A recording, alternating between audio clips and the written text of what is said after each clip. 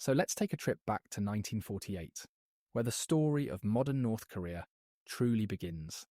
After World War II, the Korean peninsula was split along the 38th parallel.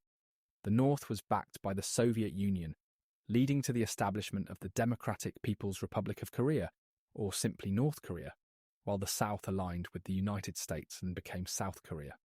This division, meant to be temporary, instead laid the groundwork for decades of tension. And then, just 2 years later, we get the Korean War, don't we? I mean, that particular conflict essentially locked North Korea and South Korea into this frozen standoff that's still kind of unresolved even now. Exactly. The 1950 invasion of the South by the North triggered a war that technically hasn't ended. Both sides agreed to an armistice in 1953, but no peace treaty has ever been signed. North Korea was left devastated, but this is where their leader Kim Il-sung seized the opportunity to consolidate power and implement what we now call Kimilsungism, Kimjongilism. Ah, the famous isms.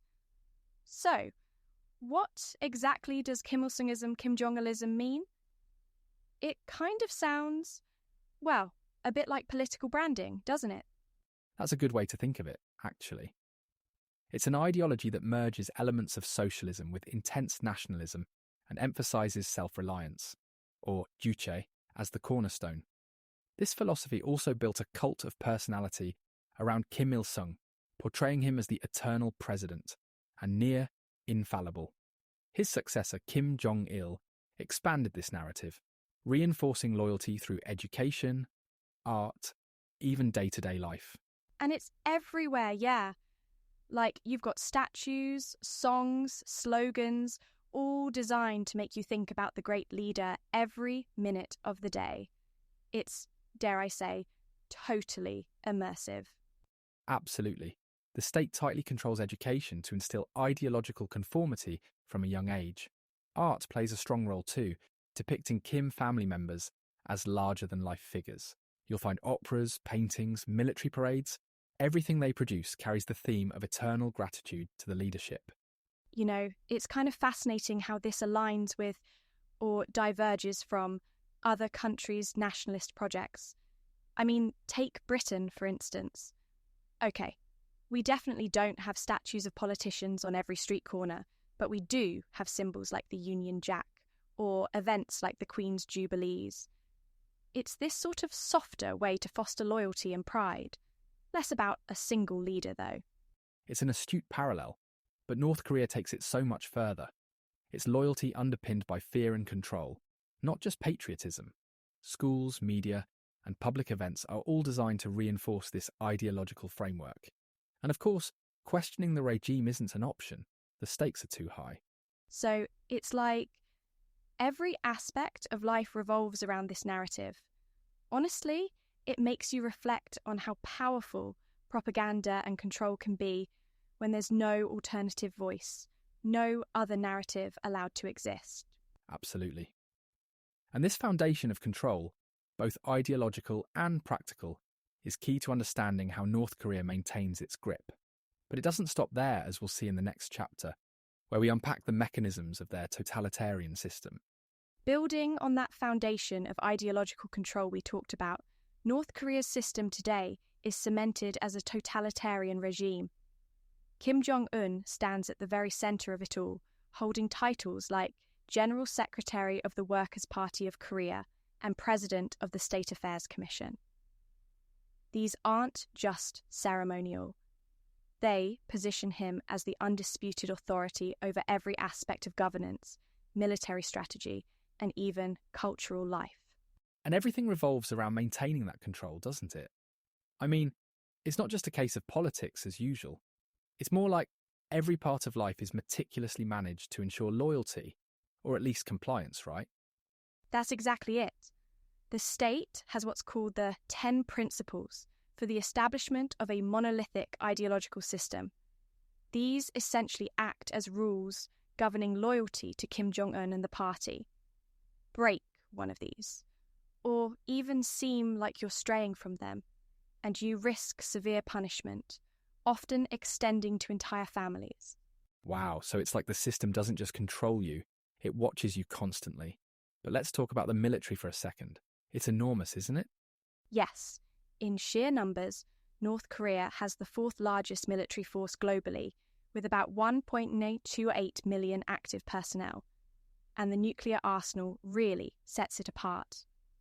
Estimates suggest they possess anywhere from 40 to over 100 nuclear warheads, and those capabilities significantly influence negotiations with other countries. It does make you think. Having that nuclear card, so to speak, it kind of gives them this outsized role on the international stage. Because, let's be honest, without that, it's hard to imagine the same level of attention from, say, the United States or even China. Right? And the military-first approach, or Songun, has been solidified as state policy. This ensures the army gets priority over economic or civilian needs. In terms of budget allocations, some estimates suggest North Korea diverts up to 23% of its GDP into military spending. That's an astronomical figure compared to most nations. But it also begs the question, at what cost? I mean, can the rest of the country actually sustain itself while so much is funneled into defence? That's a key point, and is something we'll touch on more in the next chapter. But before we get there, in January 2024, Kim Jong-un made an announcement that's sending shockwaves through the region. He publicly stated that North Korea would abandon any efforts toward peaceful reunification with the South. Instead, he talked about outright occupation if war breaks out. It's such a dramatic shift, isn't it? For decades, even if it was just lip service, there was this narrative about eventual reunification. Now it's like all bets are off. And think about what that means for diplomacy. The rhetoric has escalated, and the militarization of the border between North and South Korea has only intensified. Both sides regularly exchange psychological warfare now, like blasting propaganda across the DMZ. The potential for incidents spiralling out of control feels more real than ever. I mean, it's incredibly tense, isn't it? And what's frustrating is thinking about the alternatives. Could things have gone differently back in the 70s or maybe early 2000s when there were attempts to thaw relations? Possibly.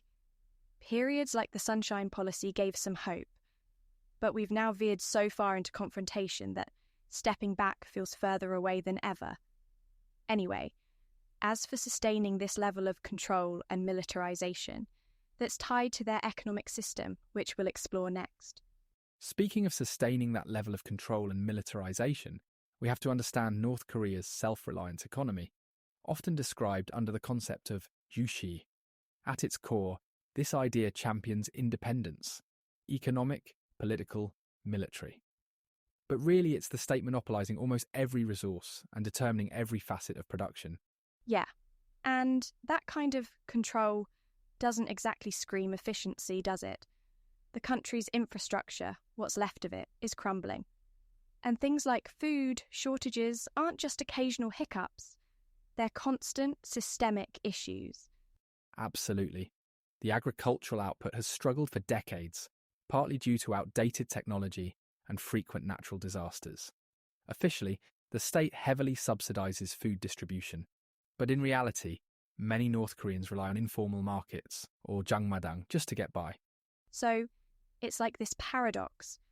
On paper, you've got free healthcare, education, housing, whatever. But on the ground, people are hustling in these black market setups to survive. Honestly, it's sobering to think about how widespread that contrasts with the image the regime tries to project.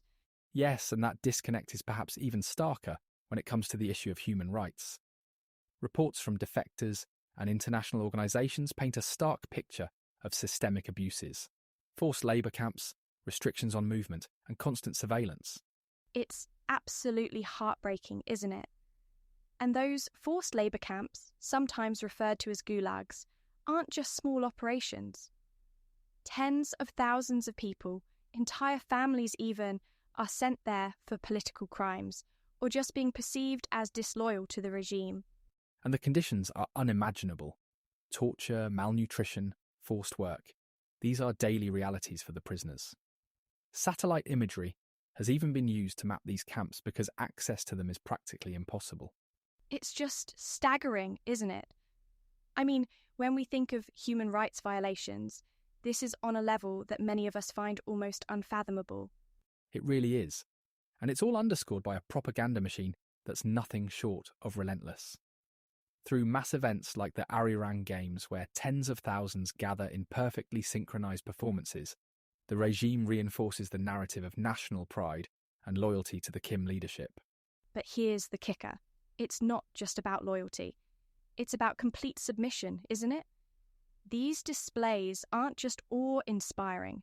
They're designed to remind people of their place within the state apparatus. Exactly. And it shapes an almost alternate reality where the leadership's achievements and the nation's strength are celebrated, no matter the reality the citizens face. Outside communication is tightly controlled, leaving most North Koreans completely cut off from alternative worldviews or criticism of the regime. But here's the thing, it's not like people believe it blindly, right? I mean, with the black markets and the smuggling of foreign media, some people must know there's more to life than what they're being told. For those who manage to see glimpses of the outside world, yes. But acting on that knowledge is risky. Any sign of dissent or questioning risks punishment for not only the individual but their family as well. You know, stepping back from all this, North Korea's economy, its governance, the human rights issues, you start to see this intricate web of control.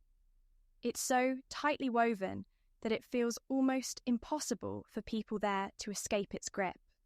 And yet stories of escape do happen. They remind us of the resilience of the human spirit, even in circumstances as dire as this. Where there's control, there's also quiet defiance. It's those small acts of courage that keep hope alive. Beautifully put. And on that note, it's impossible not to feel a mix of emotions.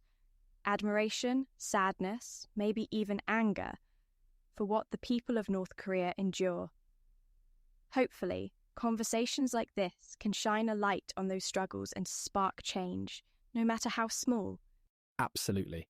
And that wraps up our journey through the complexities of North Korea, its history, governance, economy, and human rights. Thanks for listening, and we'll catch you next time for another deep dive.